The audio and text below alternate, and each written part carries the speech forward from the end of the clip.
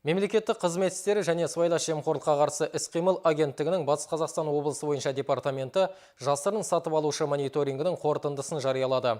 Мақсат тұрғындарға мемлекеттік қызметтің қаншалықты сапалы көрсетіліп жатқанын нақтылап, қай мекемелерде бұл қызметтің әлі де дұрыс жолға қойылмағандығын анықтау. Осыған байланысты өткізілген семинар кеңесте мониторингтің нәтижесімен орын алған олқылықтарды жою жайы талқыланды. Биылғы жарты жылдықта мемлекеттік қызмет көрсетудің сапасын көтеру мақсатында 22 тексеріс жүргізіліп, 1241 заң бұзушылығы анықталған. Атап айтсақ, сала қызметкерлерінің стандартта көрсетілмеген құжаттарды талап етуі, қызмет көрсету мерзімін бұзу немесе қызмет көрсетуден еш негізсіз бас тартуы. Мұндай жағдайға тап болған тұрғындар мемлекеттік қызмет және сыбайлас жемқорлыққа қарсы іс-қимыл департаментіне шағым түсіруге мәжбүр болған. Мерзім бұзу фактілері 5 факт. Жаңағы стандартта көрсетілмеген құжаттарды сұрау фактілер 1226 факт алды.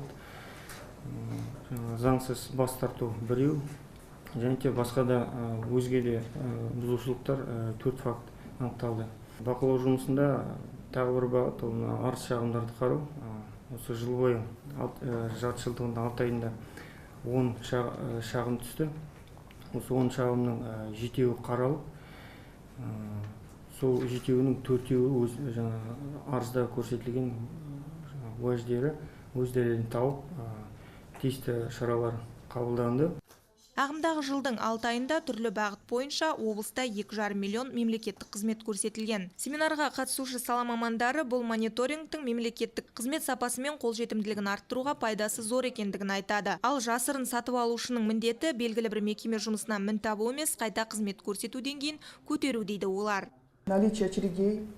Это общетипично для всех 62. Мекемедегі шеті мен шеті жоқ кезектер, сонымен қатар қызметкерлердің жұмыс кестесінде көрсетілген уақытты сақтамауы, мемлекеттік қызмет көрсетушілердің халықпен қарым-қатынасы. Мұндай олқылықтардың орын алуы қызметкердің заңнама және мемлекеттік қызмет көрсету стандарттарын білмейтіндігінен болып отыр.